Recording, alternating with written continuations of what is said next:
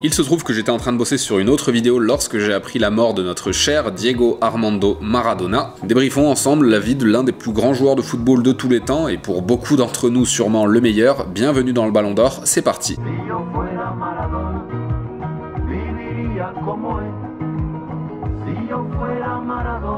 Diego Maradona est né en octobre 1960 à Lanús, une province de Buenos Aires. Il est le quatrième enfant d'une famille modeste de paysans qui possède plusieurs origines étrangères. Il grandit dans un bidonville insalubre et c'est là-bas qu'il commence à toucher ses premiers ballons de façon assez adroite. Âgé d'à peine 10 ans, il se rend avec un copain aux détections du club local d'Argentinos Junior. Il est remarqué par Francis Cornero qui l'intègre directement à l'équipe junior. Lors des matchs de première division, il amuse la galerie, jongle, gris-gris. Il a quand même déclaré à 12 ans à la télévision « J'ai deux rêves, disputer la Coupe du Monde et la remporter ». 10 jours avant ses 16 ans, il fait ses débuts avec l'équipe première du club. Il ne gagne aucun titre, mais inscrit tout de même 115 buts en 166 matchs en l'espace de 5 ans. Ça fait quand même beaucoup de réalisations pour un gamin à peine majeur. En 81, Boca Junior dépense une fortune pour le recruter. Vainqueur du championnat, humiliation du rival de Boca Junior River Plate, 28 buts en 40 matchs, suffisamment pour, après la Coupe du Monde 82, être transféré au FC Barcelone. Oui, on reviendra après sur la Coupe du Monde 82. Le problème, c'est qu'avant de débuter avec les Blaugrana, la popularité de Maradona est déjà écornée. Dans le club si cher à Xavi, Iniesta et Messi, Maradona est confronté à des problèmes qu'il n'a jamais vus auparavant. Il doit faire face à des défenseurs qui n'hésitent pas à l'agresser sous les yeux de l'arbitre, comme Andoni Goicoechea qui lui brise la cheville sans scrupule. Diego Maradona n'arrange pas lui-même son image. Là-bas, on n'apprécie pas ses frasques en dehors du terrain, vie nocturne agitée et surtout découverte de la drogue, plus précisément de la cocaïne, qui lui gâchera une bonne partie de sa carrière, pour ne pas dire de sa vie. Sa période barcelonaise durera 2 ans. Ce n'est pas un fiasco, il termine meilleur joueur lors de sa première année, auteur de 38 buts en 58 matchs, une Coupe du Roi contre le Real Madrid, mais ce n'est clairement pas la période la plus brillante de sa carrière. Pour vous dire, le point d'orgue, c'est la bagarre générale contre l'Athletic Bilbao en finale de la Coupe du Roi. En même temps, je vous laisse imaginer, Maradona, loin de chez lui, qui n'a plus le soutien des fans, retrouve le joueur qui lui a cassé la cheville 2 ans auparavant, et sait qu'il va se barrer à la fin de l'année. Allez, ça vaut au moins le coup de décrocher quelques patates de forain. Bref, tout ça est désormais derrière lui. En 1984, Maradona rejoint le club qui va changer le cours de sa vie, le Napoli. Et on ne parle pas de Naples d'aujourd'hui, parce qu'à l'époque, le club n'est rien ni personne en Serie A. Accueilli comme une rockstar devant 70 000 supporters, recruté pour la somme de 12 millions de dollars, un record à l'époque, les premières saisons ne sont pas extraordinaires, mais elles sont annonciatrices du meilleur pour la suite. En 1986, Guillermo Coppola devient officiellement l'agent de Maradona. Ce dernier va considérablement faire le ménage autour de lui. Maradona est désormais millionnaire, intouchable, protégé par la mafia napolitaine, et n'a plus qu'à tendre la main pour tomber sur de la cocaïne toute fraîche. La Coupe du Monde 86 passée par là, Maradona devient une véritable idole au sein du club de São Paulo. Il va permettre au bleu ciel et blanc de devenir l'un des meilleurs clubs du championnat d'Italie et également l'un des plus puissants d'Europe. Saison 86-87 historique, doublé coupe championnat pour la première fois de l'histoire du club, 3 points devant la Juventus de Michel Platini. C'est désormais en Europe que cela coince, mais la saison 88-89 ne se fera pas attendre. Lors de la Coupe de l'UEFA 88-89, les Azzurri font un parcours magnifique. Ils triomphent de Stuttgart en finale. Maradona reçoit la note de 10 sur 10 pour ce match. Enchaîne avec un titre de champion en 1990, devant le Milan AC de Rijkaard, Gullit et Van Basten. Enfin voilà, il n'en fallait pas plus pour que Diego Maradona devienne l'un des meilleurs footballeurs du monde, l'un des plus grands de tous les temps, et soit affublé du nom de Dios. Sauf que la descente aux enfers ne se fera pas attendre. Forme physique en baisse, propension à faire la fête, enfant illégitime, lien avec la mafia découvert. Bien qu'il multiplie les exploits sur le terrain, les médias lui pardonnent de moins en moins ses frasques à répétition. C'est alors que notre cher Olympique de Marseille, qui vient de battre le record de défaites en Ligue des Champions, veut recruter le petit génie argentin, sauf qu'à Naples, Maradona, c'est Dieu, et autant vous dire qu'on ne touche pas à Dieu. Les années suivantes seront le début des vrais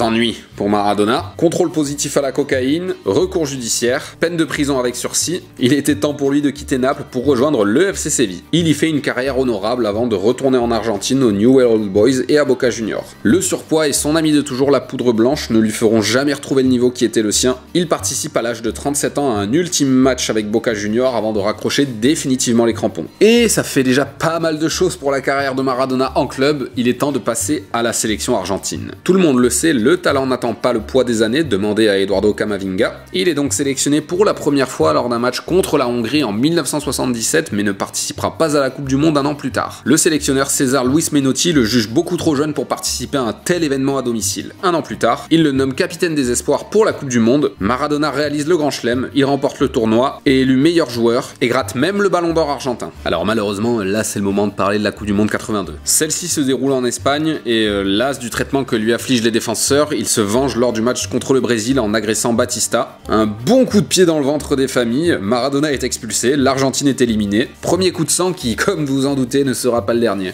L'échec de l'Argentine au mondial coïncide avec la fin de la guerre des Malouines et le déclin de la dictature argentine. Celle-ci perd son pouvoir d'intimidation, elle ne pourra plus empêcher le Barça de recruter le génie de Buenos Aires. Bref, en 1986, 4 ans plus tard, Maradona a bien grandi. À 25 ans, il disputera certainement la plus grande performance jamais vue par un seul joueur lors d'une Coupe du Monde. Et vous savez, au final, l'histoire de tous les grands joueurs qui ont remporté la Coupe du Monde s'est surtout inscrite lors d'un seul match. Quand on vous parle de Zidane, vous pensez tout de suite au doublé de la tête contre le Brésil. Si l'on vous parle de Pelé, vous allez aborder son triplé contre la France lors des demi-finales de 58. Pour Kylian Mbappé, c'est son doublé contre l'Argentine il y a 2 ans. Pour Iniesta, ce sera son but libérateur lors de la finale contre les Pays-Bas. Pour Maradona, en 1986, c'est ce quart de finale contre l'Angleterre. Un premier but un peu tendancieux inscrit avec la main de Dieu d'après lui. Alors dites-vous que Maradona est quand même allé rendre visite à l'arbitre qui lui a accordé ce but de la fameuse main de Dieu. Quel joueur de football ferait ça aujourd'hui? Mais surtout, le second but, un chef-d'œuvre, l'un des plus beaux de l'histoire du football et certainement l'une des plus grandes réalisations de l'histoire de la Coupe du Monde.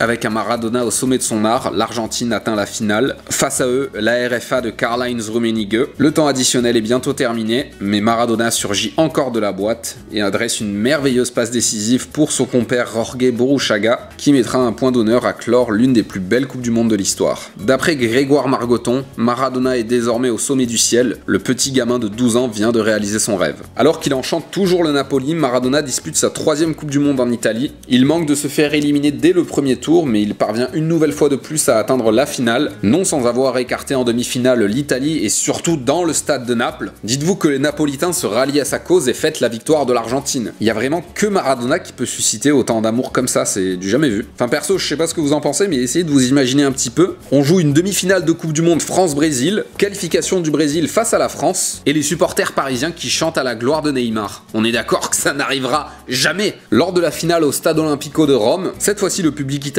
a quand même la présence d'esprit de siffler l'Argentine. Le mur allemand est cette fois-ci beaucoup trop haut, le penalty d'Andreas Brehme mettra un terme à la Coupe du Monde la plus pitoyable de l'histoire. Maradona termine le tournoi comme en 1986, sur des larmes, mais cette fois de désespoir. Il se fixe pour dernier challenge de participer à la Coupe du Monde en 1994, mais est malheureusement écarté pour un contrôle positif à l'éphédrine. Le temps pour lui d'inscrire un dernier but en équipe nationale contre la Grèce. Ainsi finit la carrière sous le maillot argentin de Diego Maradona. Et c'était long pour la carrière de Maradona avec le maillot national. On va maintenant aborder l'après-carrière de Maradona, on parlera plus tard de ses soucis de santé qui me permettront de clore la vidéo. Alors que les problèmes ne sont pas terminés, il anime une émission de variété qui bat des records d'audience en Argentine. Juste avant la Coupe du Monde en Allemagne, il participe à la 2e saison de Bailando con le Stelle, ou Danse avec les stars. Encore une fois, je sais pas ce que vous en pensez, mais j'imagine pas du tout Zinedine Zidane faire ça. Pour le tournoi allemand, il est commentateur sportif sauf les jours de match de l'Albi Céleste. Arrive 2008 où il prend en charge l'équipe nationale argentine et son expérience sera mitigée. Plus grosse défaite de l'histoire de l'équipe contre la Bolivie, 6-1, ça rappelle des souvenirs aux supporters du PSG. Il permet cependant à l'équipe d'Argentine de se qualifier pour le mondial sud-africain en 2010 après avoir gagné contre l'Uruguay. Mais encore une fois, quand Maradona gagne, il ne peut pas s'empêcher de montrer sa grande gueule. Après sa victoire face à l'équipe de Forlán, Suarez et Cavani, il livre une conférence de presse, en disant spéciale. Tellement spéciale qu'il se tape une amende de 16 000 € pour vulgarité. Ça fait quand même cher le gros mot. Pour la Coupe du Monde 2010, l'Argentine sort première du groupe avec 3 victoires, élimine le Mexique 3-1 en 8ème, mais doit s'incliner face à l'Allemagne 4-0. Il ne résistera pas à cette défaite et est limogé à la fin du mois. Il enchaînera alors les expériences dans des clubs beaucoup moins huppés et dans des pays très reculés du football de haut niveau. Dubaï, Émirats Arabes Unis, Biélorussie, Mexique. Enfin bref, c'est tout pour la carrière d'entraîneur de Maradona. Vous avez bien compris qu'il n'y avait pas grand chose de transcendant à dire. On va maintenant parler du point névralgique de sa vie, ses problèmes de santé, ses excès et la drogue. 1982, première hépatite alors qu'il est encore joueur et n'a que 22 ans. En 2000, une première attaque cardiovasculaire. Il doit partir en cure de désintoxication à Cuba. D'ailleurs, D'ailleurs, en mars 2019, il annonce être le père de 3 autres enfants à Cuba. Il ne voudra pas en dire plus sur leur identité ni sur celle de leur mère. Et quand je dis leur mère, je parle pas au singulier. Alors on va pas en faire tout un paragraphe, mais Diego Maradona et les enfants illégitimes, c'est un peu comme les Pokémon, tous les 5 ans tu peux découvrir une nouvelle génération. En 2004, il fait un nouveau malaise cardiaque, il rentre une nouvelle fois en cure de désintoxication et il subit un pontage gastrique qui lui fait perdre 40 kilos. En 2007, il fait un malaise à cause de l'alcool, de la bouffe et des cigares. Cherchez pas plus loin, ce sont les relents de son hépatite. En 2012, il se fait opérer pour des calculs rénaux. 2019,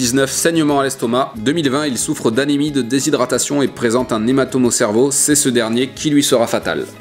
Ça fait énormément de choses pour Maradona, je pense qu'il est temps de passer à la conclusion. Il s'agit certainement de l'un des plus grands joueurs des années 80 avec Michel Platini et Zico. Plus grand joueur de l'une des plus grandes coupes du monde de l'histoire. Star éternelle du Napoli, mais également l'une des personnalités les plus controversées. En même temps, faut pas s'attendre à des miracles entraînant avec Pablo Escobar et Fidel Castro. Il ne faut cependant pas oublier que Maradona est l'un des plus grands footballeurs que le monde ait jamais porté, capable d'éliminer n'importe quel défenseur sur une seule touche de balle, unique attaquant avec Ronaldo à avoir fait peur au grand Paolo Maldini. Maradona laisse l'image d'un joueur controversé capable du meilleur comme du pire. C'est dans tout ce méli-mélo de sentiments que Maradona nous a quittés il y a quelques temps après avoir fêté ses 60 ans. 3 jours de deuil national sont décrétés en Argentine. Beaucoup de joueurs de football ont pris la parole pour lui rendre hommage, et pas des moindres, son plus grand rival de club, Michel Platini, celui en sélection, le Brésilien Pelé, Messi, Cristiano, tout le monde lève la voix pour rendre hommage à Maradona. Enfin, pour vous montrer encore quel amour les Napolitains vouent à Diego Maradona, le président de Naples, Aurelio Di Laurentiis, propose de renommer le San Paolo stade Diego Armando Maradona. Cette initiative mettra moins de 24 heures à être validée. Voilà, Diego Maradona, c'était ça. Des frasques que lui seul pouvait réaliser, tant bien sûr qu'en dehors du terrain. Parti de rien, le petit gamin du bidonville de Buenos Aires est devenu si grand. Dommage que dans les années 80, le Ballon d'Or ne pouvait pas être décerné à des joueurs sud-américains car il en aurait bien mérité 2 ou 3 pour ne pas dire plus. Alors j'ai mis quand même